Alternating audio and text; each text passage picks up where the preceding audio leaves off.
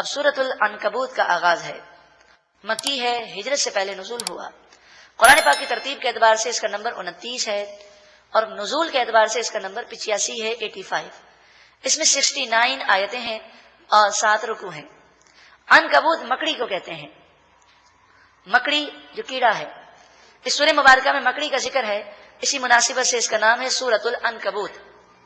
بسم اللہ الرحمن الرحیم، اللہ کے نام سے شروع جو بہت زیادہ مہربان نہایت رحم کرنے والا۔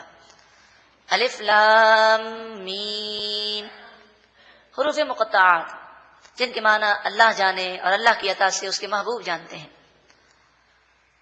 مسلمانوں پر جب مشکلات آئیں تو مسلمان حضور کے پاس گئے اور کہنے لگے ہم پر بڑی مشکلات ہیں، کافر بڑا ظلم کر رہے ہیں۔ اس پر آیت کریمہ نازل ہوئی، احسب الناس ان یترکوا ان یقولوا آمنا، کیا لوگوں نے یہ سمجھ رکھا ہے کہ وہ چھوڑ دیے جائیں گے صرف اس بات پر کہ انہوں نے کہا کہ ہم ایمان لائے؟ صرف ایمان لانے سے وہ جنت میں چلے جائیں گے؟ آزمائشیں آئیں گی، اسلام پر تم کتنے پختہ ہو اس کا امتحان ہوگا۔ وَهُمْ لَا يُفْتَنُونَ، کیا انہوں نے یہ سمجھا ہے کہ ان کی آزمائش نہ کی جائے گی؟ آزمائشیں تم پر بھی آئیں گی اور تم سے پہلے لوگوں پر بھی آئی ہیں، تو مشکل کے اندر گھبرانا نہیں ہے۔ کیسے بھی حالات ہوں، انسان بھوکا رہ جائے مگر اللہ کی نافرمانی نہ کرے۔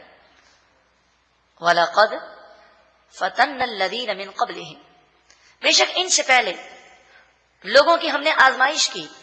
فَلَيَعْلَمَنَّ اللَّهُ، ضرور بضرور اللہ تعالی لوگوں پر ظاہر فرمائے گا، الَّذِينَ صَدَقُوا، ان لوگوں کو جو سچے ہیں، اور فرمایا اور ضرور بضرور وَلَيَعْلَمَنَّ، ضرور بضرور اللہ تعالی ظاہر فرمائے گا، الکاذبین، جو جھوٹے ہیں، جو بڑے بڑے دعوے کرتے ہیں مگر جب مشکل آتی ہے تو پیچھے ہٹ جاتے ہیں۔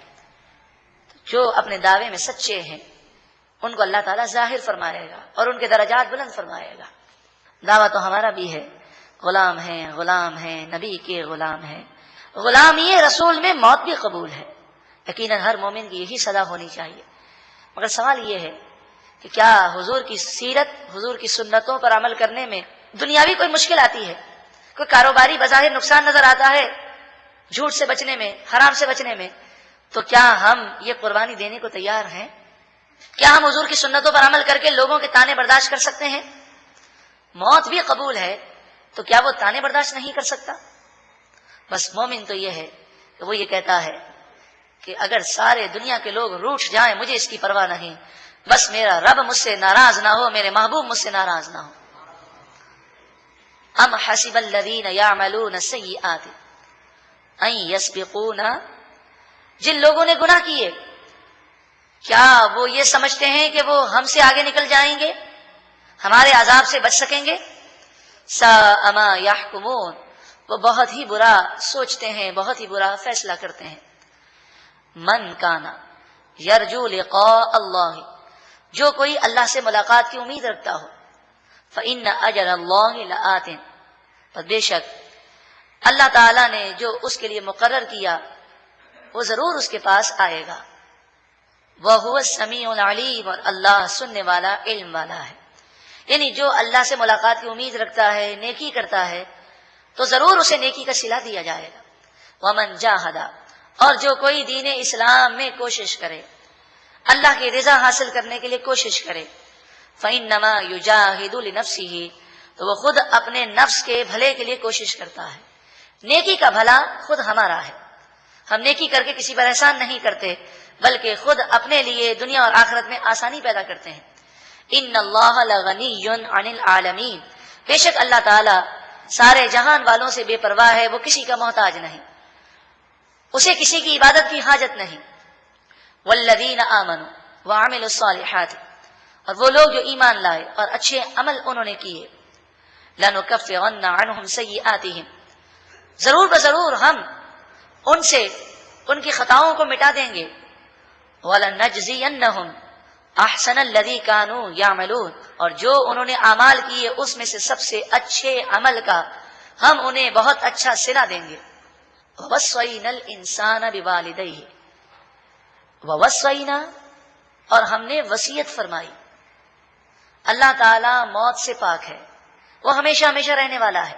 تو یہاں وصیت کے معنی ہے سخت تاکید فرمائی انسان کو کہ وہ اپنے والدین کے ساتھ حسناً اچھا سلوک کرے۔ والدین کے ساتھ اچھا سلوک کرنا انتہائی ضروری ہے۔ اس کے لیے یہ کیسٹ آپ بار بار سنیں، والدین سے محبت کیجیے۔ اللہ تعالیٰ ہمیں اپنے والدین کے حقوق ادا کرنے کی توفیق عطا فرمائے۔ لیکن جب بھی والدین کی بات آتی ہے تو یہ بات یاد رکھ لیجیے کہ اگر والدین اللہ اور اس کے رسول کی نافرمانی کا حکم دیں، اگر والدین شریعت کے خلاف حکم دیں تو ان کی بات نہیں مانی جائے گی۔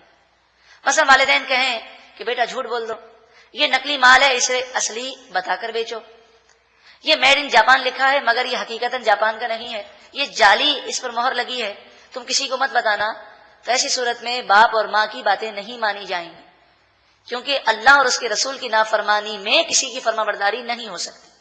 ہاں، ایسے موقع پر بھی والدین سے لڑنا جھگڑنا یہ جائز نہیں۔ سر جھکا کر کہتے ہیں کہ میں جھوٹ نہیں بول سکتا، میں گناہ نہیں کر سکتا، پھر وہ ماریں تو مار کھا لیں، وہ ڈانٹیں تو ڈانٹ سن لیں، مگر بدتمیزی اس وقت بھی کرنے کی اجازت نہیں۔ حضرت سعد رضی اللہ تعالیٰ عنہ کو اپنی ماں سے بڑی محبت تھی۔ جب آپ ایمان لے آئے تو ان کی ماں کو پتہ چلا تو ماں نے کھانا پینا چھوڑ دیا اور کہا کہ میں بھوکی مر جاؤں گی، تو کافر ہو جا، مشرک ہو جا۔ حضرت سعد روتے، ماں کی حالت دیکھی نہ جاتی، ماں مشرکہ تھی، اب وہ کہتی تو مشرک ہو جا، اور اسلام بھی نہ چھوڑ سکتے تھے۔ ایک دن اپنی ماں سے کہہ دیا کہ ماں مجھے تجھ سے بڑی محبت ہے، مگر تو بھوکی رہ رہ کر مر جائے، تیری ایک جان کیا تیرے جسم میں 1000 جان ہو اور ایک ایک کر کے سب نکل جائے، پھر بھی میں اسلام کو نہیں چھوڑوں گا۔ بس یہ سننا تھا کہ ماں نے بھوک ہڑتال کو چھوڑ دیا اور کھانے پینے لگی۔ پھر آپ نے دعائیں کی، اللہ تعالیٰ نے ان کی ماں کو بھی ہدایت عطا فرمائی۔ تو ماں باپ سے محبت اپنی جگہ ہے، مگر ماں باپ کی محبت کی وجہ سے ہم اپنی آخرت کو تباہ نہیں کر سکتے۔ جو شریعت کا حکم ہے وہ سب سے پہلے مقدم ہے۔ وَإِن جَاهَدَاكَ، اور اگر یہ دونوں کوشش کریں تجھ پر، لِتُشْرِكَ بِي، کہ تو میرے ساتھ کسی کو شریک ٹھہرائے، مَا لَيْسَ لَكَ بِهِ علم، کہ جس کا تجھے علم نہیں، یعنی اللہ کے سوا تو کوئی شریک ہے ہی نہیں، کوئی خدا ہی نہیں، صرف اور صرف اللہ وحدہ لا شریک ہے۔ فلا تطعهما، تو ان دونوں کی بات نہ مان، الی مرجعکم، تو اپنی آخرت کی فکر کر، میری ہی طرف تم سب کو لوٹ کر آنا ہے۔ فانبئکم، پھر میں تمہیں خبر دوں گا، بما کنتم تعملون، ان تمام کاموں کی جو تم کیا کرتے تھے۔ والذین آمنوا، اور وہ لوگ جو ایمان لائے، وعملوا الصالحات، انہوں نے اچھے عمل کیے، لندخلنہم فی الصالحین، ضرور بضرور ہم انہیں نیک لوگوں میں داخل کریں گے۔ اسی طرح یہ بات یاد رکھیں کہ عورت پر شوہر کی فرما برداری ضروری ہے، مگر شوہر اگر شریعت کے خلاف حکم دے تو بیوی شوہر کی بات نہ مانے۔ شریعت سب سے پہلے مقدم ہے۔ شوہر اگر پردے سے روکے، نماز سے روکے، شوہر اگر ٹی وی دیکھنے پر مجبور کرے اور عورت بچنا چاہے وہ بچے، تو کل بروز قیامت اس کی کوئی پکڑ نہیں ہوگی، وہ شوہر کی نافرمان نہیں لکھی جائے گی، کیونکہ شوہر کی فرما برداری کرتے ہوئے اللہ کی نافرمانی نہیں کر سکتے۔ تو ان سے کہہ دیا جائے کہ آپ ہمیں جان سے مار دیں تب بھی ہم یہ کام نہیں کر سکتے، پھر وہ ظلم کریں تو ان کے ظلم کو برداشت کرے۔ اللہ تعالیٰ اسے حضرت بی بی آسیہ رضی اللہ تعالی عنہا کے ساتھ جنت میں حضور کا پڑوس عطا فرمائے گا، کہ حضرت بی بی آسیہ نے فرعون کی سختیوں کو برداشت کیا، تو اللہ تبارک و تعالی جنت میں حضرت بی بی آسیہ کو حضور کا قرب عطا فرمائے گا۔ وَمِنَ النَّاسِ، اور لوگوں میں سے من یقول، بعض کہتے ہیں آمنا باللہ، ہم اللہ پر ایمان لائے، فَإِذَا أُوذِيَ فِي اللَّهِ، پھر کہہ تو دیتے ہیں، دعوے تو بڑے کرتے ہیں، پھر جب اوذیا، انہیں تکلیف دی جاتی ہے، فی اللہ، اللہ کے راستے میں مشکلات آتی ہیں، حرام اور حلال، جائز اور ناجائز، ان معاملات پر عمل کرنے میں نفس رکاوٹ بنتا ہے، یا رشتہ دار رکاوٹ بنتے ہیں، یا کوئی ظلم کرتا ہے، جعل فتنۃ الناس کعذاب اللہ، تو وہ لوگوں کی تکلیف کو اللہ کے عذاب کی طرح سمجھتے ہیں، یعنی جیسا اللہ سے ڈرنا چاہیے تھا وہ لوگوں سے ڈرتے ہیں، اور لوگوں کی وجہ سے اسلام کو چھوڑ دیتے ہیں یا گناہوں میں پڑ جاتے ہیں، یہ کمزور ایمان والے ہیں۔ وَلَئِن جَاءَ نَصْرٌ مِّن رَّبِّكَ، اور اگر تمہارے رب کی طرف سے مدد آ جائے لَيَقُولُنَّ إِنَّا كُنَّا مَعَكُمْ، تو ضرور بضرور وہ کہتے ہیں کہ بے شک ہم تمہارے ساتھ ہیں، یعنی منافقین جن کے دل میں ایمان نہیں، اگر مسلمانوں کو فتح ہو تو کہتے ہیں ہم بھی تمہارے ساتھ ہیں، مال غنیمت دو، اور جب مسلمانوں کو شکست ہو تو کہتے ہیں خدا کا شکر ہے کہ ہم جنگ میں نہ گئے ورنہ مارے جاتے۔ أَوَلَيْسَ اللَّهُ بِأَعْلَمَ بِمَا فِي صُدُورِ الْعَالَمِينَ، کیا اللہ تعالیٰ لوگوں کے سینوں کی باتوں کو نہیں جاننے والا؟ یقیناً جاننے والا ہے، تو پھر یہ دل کے اندر کفر کیوں رکھتے ہیں؟ دل میں بھی ایمان رکھیں۔ کیا لوگوں کو یہ بیوقوف بناتے ہیں؟ اللہ تبارک و تعالیٰ سے وہ ڈرتے نہیں کہ اللہ ان کے دلوں کے حال کو جانتا ہے؟ وَلَا يَعْلَمَنَّ، اور ضرور بضرور ظاہر فرمائے گا اللہ تعالیٰ الذین آمنوا، ایمان والوں کو ظاہر فرما دے گا اور بتا دے گا کہ کون ایمان والے ہیں۔ وَلَا يَعْلَمَنَّ الْمُنَافِقِينَ، اور ضرور بضرور اللہ تعالیٰ منافقوں کو بھی ظاہر کر دے گا اور لوگوں کو پتہ چل جائے گا کون منافق ہیں۔ وَقَالَ الَّذِينَ كَفَرُوا، اور کافروں نے کہا لِلَّذِينَ آمَنُوا، اس آیت کو وہ والدین غور سے سنیں، اور وہ شوہر بھی غور سے سنیں، اور وہ ماں بھی غور سے سنیں، وہ سیٹھ بھی غور سے سنیں کہ جو اپنے ملازم کو یا اپنی اولاد کو یا اپنی بیوی کو گناہ کا کہتے ہیں، اور جب وہ کہے کہ بھئی مجھے ڈر لگتا ہے یہ تو گناہ ہے، تو کہتے ہیں تم میرے کہنے پر گناہ کر لے، تم میرے کہنے پر گناہ کر لو، اس گناہ کو میں اپنے سر پہ لیتا ہوں۔ کسی کے سر پہ لینے سے گناہ کسی کے سر پہ نہیں آتا، جو گناہ گار ہے اسے گناہ کی سزا ملے گی۔ اور جہاں تک تعلق ہے گناہ کی ترغیب دینے، تو گناہ کی ترغیب دینے والا بھی گناہ میں شریک ضرور ہے۔ یعنی باپ نے بیٹے سے کہا جھوٹ بول دے، بیٹے نے کہا ابو میں تو جھوٹ نہیں بولوں گا، گناہ ملے گا، تو باپ کہ تو جھوٹ بول لے، اس جھوٹ کا میں ذمہ دار ہوں، تو باپ ذمہ دار نہیں ہوگا۔ بیٹے نے جھوٹ بولا، اس کے نامہ اعمال میں جھوٹ لکھا جائے گا۔ ہاں، باپ کو جھوٹ کی ترغیب دینے اور جھوٹ کا حکم دینے کا گناہ اس کے نامہ اعمال میں لکھا جائے گا۔ اسے گناہ جاریہ بھی کہتے ہیں کہ انسان کسی کو گناہ کی طرف لگا دے، جب تک وہ گناہ کرتا رہے گا، وہ قبر میں بھی پہنچ جائے تو اس کے نامہ اعمال میں گناہ لکھے جاتے رہیں گے۔